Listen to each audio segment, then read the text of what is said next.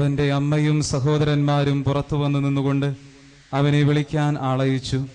ജനക്കൂട്ടം അവന് ചുറ്റും ഇരിക്കുകയായിരുന്നു.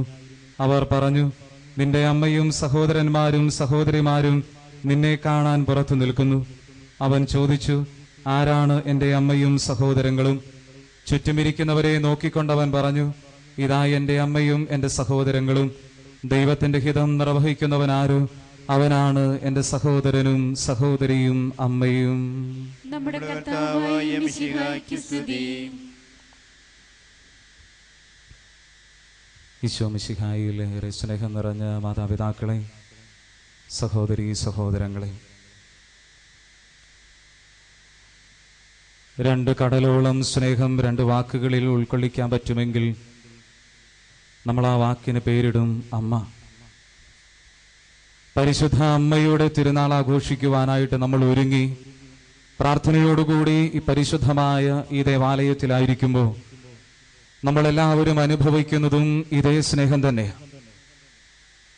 തന്റെ ജീവിതം കൊണ്ട് അനേകായിരങ്ങൾക്ക് ഇന്ന് തുണയായിട്ട് നിൽക്കുന്ന പരിശുദ്ധ അമ്മയുടെ സ്നേഹം നമ്മൾ ഓരോരുത്തരും അനുഭവിക്കുമ്പോൾ വിശുദ്ധ ഗ്രന്ഥഭാഗത്ത് നമ്മൾ ഒരുപാട് പ്രാവശ്യം പരിശുദ്ധ അമ്മയെക്കുറിച്ച് വായിക്കുന്നുണ്ട്. അതിനപ്പുറത്ത് ദൈവം വിളിക്കുന്നതും മനുഷ്യരെ വിളിക്കുന്നതും ഇപ്പോൾ നമ്മൾ ഓരോരുത്തരും അഭിസംബോധന ചെയ്യുന്നതുമായ അനേകം അപദാനങ്ങൾ നമ്മൾ പരിശുദ്ധ അമ്മയ്ക്ക് ചാർത്തിക്കൊടുക്കുന്നുണ്ട്. പിതാവിന്റെ ഏറ്റവും പ്രിയപ്പെട്ട മകള്, ഈശോ മിശിഹായുടെ ഏറ്റവും സ്നേഹം നിറഞ്ഞ അമ്മ, കർത്താവിന്റെ ഏറ്റവും പ്രിയപ്പെട്ട ദാസി, ദൈവം കടാക്ഷിച്ചപ്പോ അമലോത്ഭവയായിട്ട് പാപക്കറയശാത്തവളായിട്ട് പിറന്ന പരിശുദ്ധ അമ്മ. ആ അമലോത്ഭവ തിരുനാളിന് വേണ്ടിയിട്ടാണ് നമ്മൾ ഇന്ന് ഓരോരുത്തരും ഒരുങ്ങി ഈ ദേവാലയത്തിൽ വന്നു നിന്ന് പ്രാർത്ഥനാ ശുശ്രൂഷകളിൽ പങ്കെടുക്കുന്നത്. സെമിനാരിയിൽ പഠിക്കുന്ന സമയത്ത് ഏറ്റവും ആദ്യത്തെ ദിവസങ്ങളിൽ ഞങ്ങളിലെ പഠിപ്പിക്കാനായിട്ട് കടന്നു വന്ന സിസ്റ്റർ ഞങ്ങളോട് പറഞ്ഞു, മക്കളെ, നിങ്ങൾക്ക് ഇന്ന് 3 അമ്മമാരുണ്ട്. ഒന്ന് നിങ്ങൾക്ക് ജന്മം തന്ന് നിങ്ങളെ പോറ്റി വലുതാക്കി ഇന്ന് സെമിനാരിയിലേക്ക് പറഞ്ഞു വിട്ട് വീട്ടിൽ നിങ്ങൾക്ക് വേണ്ടി പ്രാർത്ഥിക്കുന്ന നിങ്ങളുടെ ഓരോരുത്തരെയും പ്രിയപ്പെട്ട അമ്മച്ചിമാര്.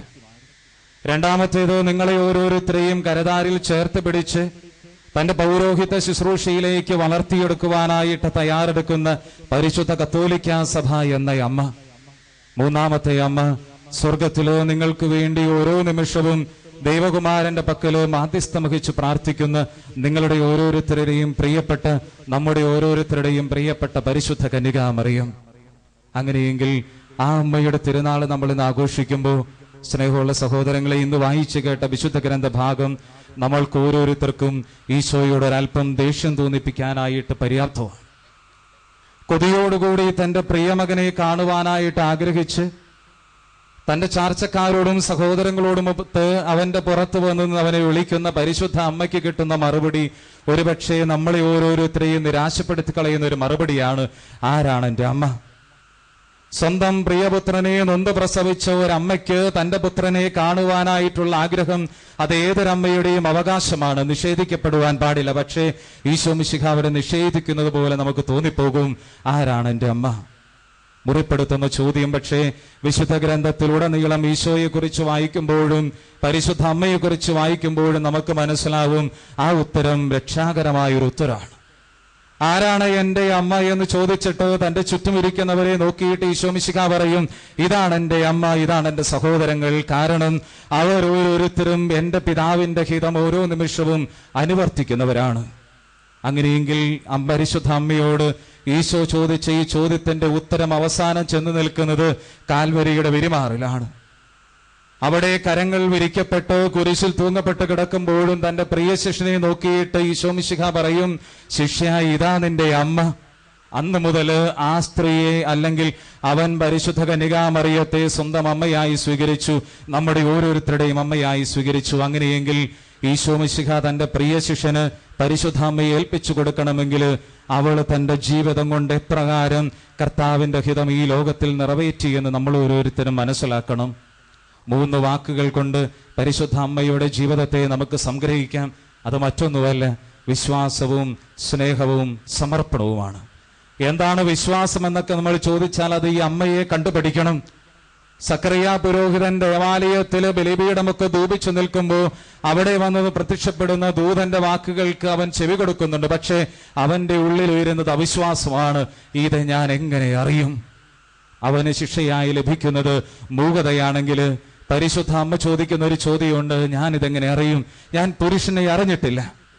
തീർച്ചയായും സ്വാഭാവികമായിട്ട് ഒരു സ്ത്രീയുടെ മനസ്സിൽ ഉയർന്നു വരാവുന്ന ചോദ്യത്തിന് ദൈവദൂതൻ ഉത്തരം കൊടുക്കുമ്പോൾ പരിശുദ്ധ അമ്മ ശിരസ് താഴ്ത്തിക്കൊണ്ട് പറയും, ഇതാ കർത്താവിന്റെ ദാസി, നിന്റെ വാക്ക് എന്നിൽ നിറവേറട്ടെ. അവിടെയാണ് വിശ്വാസം. എനിക്ക് ഗ്രഹിക്കാനായിട്ട് പറ്റില്ല എങ്കിൽ, എന്റെ ധാരണകൾക്കും അപ്പുറത്താണ് ദൈവത്തിന്റെ ഹിതമെന്ന് എനിക്ക് മനസ്സിലാകുന്നുവെങ്കിൽ അവിടെയെല്ലാം തലകുനിച്ച് സന്തോഷത്തോടുകൂടി പറയണം, ഇതാ കർത്താവിന്റെ ദാസൻ, ഇതാ കർത്താവിന്റെ ദാസി. അങ്ങനെ വരുമ്പോൾ കർത്താവിന്റെ തിരുഹിതത്തിന് നമ്മളെ ഓരോരുത്തരെയും സമർപ്പിക്കുന്ന യഥാർത്ഥ വിശ്വാസികളായിട്ട് നമ്മൾ ഓരോരുത്തരും മാറുമെന്നുള്ളതിൽ സംശയമില്ല. എനിക്ക് സ്നേഹമുണ്ട്, അതെന്നോടായിരിക്കാം, എൻ്റെ പ്രിയപ്പെട്ടവരോടായിരിക്കാം. പക്ഷേ പരിശുദ്ധ അമ്മ പറയും, അതുപോരാ. മറ്റൊരാളുടെ ജീവിതത്തിൽ സങ്കടം ഉണ്ടാകുമ്പോൾ അവിടെ നീ സ്നേഹമായിട്ട് കടന്നു ചെല്ലണം.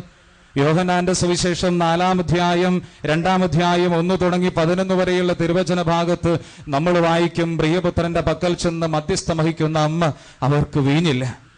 അവരെന്റെ ജീവിതത്തിൽ സങ്കടങ്ങൾ ഉണ്ടാകുമ്പോൾ അവിടെ കടന്നു ചെല്ലണം സ്നേഹത്തോടുകൂടി. ദൈവമേ, അവരുടെ ജീവിതത്തിൽ സന്തോഷം നശിച്ചുപോയി. ദൈവമേ, അവരുടെ ജീവിതത്തിൽ സമാധാനം നശിച്ചുപോയി. ദൈവമേ, അവരുടെ മക്കൾ അസുഖമായിട്ട് കഴിയുകയാണ്. ഇതുപോലെ കർത്താവിന്റെ സന്നിധിയിൽ മാധ്യസ്ഥം വഹിക്കാൻ നമുക്ക് സാധിക്കുമെങ്കിൽ തീർച്ചയായും സഹോദരങ്ങളെ, പരിശുദ്ധ അമ്മയുടെ സ്ഥാനത്ത് നിൽക്കുവാനായിട്ട് നമുക്ക് ഓരോരുത്തർക്കും സാധിക്കും. സ്നേഹത്തിന്റെ രണ്ടാമത്തെ ഒരു തലമുണ്ട്. പ്രിയപുത്രനെ ഉദരത്തിൽ വഹിച്ചുകൊണ്ട് മലമുകളിലേക്ക് നടത്തുന്ന ഒരു തീർത്ഥാടന യാത്ര. ആ യാത്രയുടെ അവസാനം തന്റെ ചാർച്ചക്കാരിയായ എലിസബത്തിനെ അടുത്ത് ചെന്ന് അവളെ ശുശ്രൂഷിക്കുകയാണ്. മറ്റുള്ളവരെ ശുശ്രൂഷിക്കുവാനായിട്ട് എപ്പോ നമ്മൾ ഇറങ്ങിപ്പുറപ്പെടുന്നുവോ അപ്പോൾ നമ്മൾ സ്നേഹിക്കുന്നവരാകും. സ്നേഹം സമം സഹനം എന്നൊക്കെ നമ്മൾ വിളിക്കാറുണ്ടെങ്കിൽ അവരനു വേണ്ടി സഹിക്കുമ്പോൾ, അവരനു വേണ്ടി കർത്താവിന്റെ പക്കൽ കരം പിരിക്കുമ്പോൾ, അവരനു വേണ്ടി ദൈവത്തിന്റെ പക്കലും മാധ്യസ്ഥം വഹിക്കുമ്പോൾ നമ്മൾ ഓരോരുത്തരും സ്നേഹിക്കുന്ന യഥാർത്ഥ മരിയ ഭക്തനായിട്ട് തീരും. മറിയത്തിന്റെ 3-ാമത്തെ വാക്ക് അത് സമർപ്പണത്തിന്റെ വാക്കുകളാണ്. കർത്താവിന് തന്റെ ഉദരത്തിൽ സ്ഥലമൊരുക്കുമ്പോൾ പരിശുദ്ധമ്മ പറയും, ഇതാ കർത്താവിന്റെ ദാസി. പക്ഷേ ആ ഇതാ കർത്താവിന്റെ ദാസി എന്നവർ പറയുമ്പോൾ അവൾ തന്റെ മരണപത്രത്തിൽ ഒപ്പിട്ട് കൊടുക്കുകയാണ്, മുദ്ര ചാർത്തുകയാണ്. ഇന്നു മുതൽ കല്ലറയപ്പെടുവാനായിട്ട് ഞാൻ യോഗ്യയായി തീരുകയാണെന്ന് അറിയുമ്പോഴും പരിശുദ്ധ അമ്മ പറയും, ഇതാ കർത്താവിന്റെ ദാസി, നിന്റെ വാക്ക് എന്നിൽ നിറവേറട്ടെ. തന്റെ പ്രിയപുത്രനെ എടുത്തുകൊണ്ട് ഈജിപ്തിലേക്ക് പലായനം ചെയ്യാനായിട്ട് ദൈവം ആവശ്യപ്പെടുമ്പോൾ അവള് സന്തോഷത്തോടുകൂടി പോയിട്ട് പറയും, ഇതാ കർത്താവിന്റെ ദാസി. തിരിച്ചു വരുമ്പോൾ മകൻ അർക്കലാവൂസ് അവിടെ ഭരിക്കുന്നു എന്ന് പേടിച്ച് നസ്രത്തിലേക്ക് പോയി പാർക്കുമ്പോൾ അവൾക്ക് പരാതിയില്ല. ഇതാ കർത്താവിന്റെ ദാസി. പൂർണ്ണമായ സമർപ്പണമാണ്. അവസാനം കാൽവരിയിലെ പ്രിയപുത്രൻ മരിക്കുമ്പോൾ അവിടെയും അവൾ ഏറ്റുപറയും, ഇതാ കർത്താവിന്റെ ദാസി. ഈ ഒരവസരത്തിൽ പോലും പരിശുദ്ധ അമ്മയുടെ കണ്ണിൽ നിന്ന് ഒരിറ്റ് കണ്ണുനീരിറ്റ് വീഴുന്നില്ല. എന്തുകൊണ്ട് ദൈവമേ ഈ സഹനം? നിനക്ക് വേണ്ടിയുള്ള ജീവിതത്തിൽ ഞാൻ എൻ്റെ കാലെടുത്ത് വെച്ചപ്പോ എന്തുകൊണ്ട് എനിക്ക് ഈ സഹനം? നിന്റെ പ്രിയപുത്രനെ എന്റെ ഉദരത്തിൽ സംവഹിച്ചപ്പോ, എന്റെ തോളത്ത് ഞാൻ വഹിച്ചപ്പോ, അവന്റെ കുരിശിന്റെ പിന്നാലെ ഞാൻ തീർത്ഥാടനം ചെയ്തപ്പോ എന്തുകൊണ്ട് കർത്താവേ എനിക്ക് സഹനം? പരിശുദ്ധ അമ്മയ്ക്ക് ചോദ്യങ്ങളില്ല, ഒറ്റ ഉത്തരം മാത്രമേ ഉള്ളൂ, ഇതാ കർത്താവിന്റെ ദാസി. പൂർണ്ണമായ സമർപ്പണം. സ്നേഹമുള്ളവരെ, പരിശുദ്ധ അമ്മയുടെ തിരുനാൾ ആഘോഷിക്കുവാനായിട്ട് ഒരുങ്ങുമ്പോൾ ഈ 3 കാര്യങ്ങൾ നമ്മുടെ മനസ്സിൽ നമുക്ക് സൂക്ഷിക്കാം. പൂർണ്ണമായ വിശ്വാസം, അതിൽ നിന്നുളവാകുന്ന സ്നേഹം, ആ സ്നേഹത്തിൽ നിന്ന് ഉറകൊള്ളുന്ന സമർപ്പണം. ഇത് 3 നമുക്കുണ്ടെങ്കിൽ പരിശുദ്ധ അമ്മയുടെ തിരുനാൾ ആഘോഷങ്ങൾക്ക് അർത്ഥം കൈവരും. ആരെങ്കിലും നമ്മളെ നോക്കി ചോദിച്ചാൽ എനിക്ക് പറയാനായിട്ട് പറ്റും, ഞാൻ എൻ്റെ കർത്താവിൻ്റെ അമ്മയാണ്, ഞാൻ എൻ്റെ കർത്താവിൻ്റെ സഹോദരങ്ങളാണ്, സഹോദരിയാണ് എന്ന് പൂർണ്ണ മനസ്സോടെ സന്തോഷത്തോടെ ഏറ്റുപറയാനായിട്ട് നമുക്ക് സാധിക്കും. ദൈവം അതിന് നമുക്ക് കൃപാവരം ചൊരിയട്ടെ എന്ന് ആത്മാർത്ഥമായി പ്രാർത്ഥിക്കുന്നു. ഈ വിശുദ്ധ ബലിയിൽ നമുക്കൊന്നു ചേർന്ന് പ്രാർത്ഥിക്കാം. പരിശുദ്ധ അമ്മയെ പോലെ ജീവിക്കാൻ, പരിശുദ്ധ അമ്മയെ പോലെ ഈശോയെ വഹിക്കുവാൻ, പരിശുദ്ധ അമ്മയെ പോലെ ഈശോയ്ക്ക് സാക്ഷ്യം വഹിക്കുവാൻ ദൈവം നമ്മളെ ഓരോരുത്തരെയും സമർത്ഥമായി അനുഗ്രഹിക്കട്ടെ. പിതാവിൻ്റെയും പുത്രൻ്റെയും പരിശുദ്ധാത്മാവിൻ്റെയും നാമത്തിൽ ആമേൻ. നമുക്കെല്ലാവർക്കും സന്തോഷത്തോടും പ്രതീക്ഷയോടും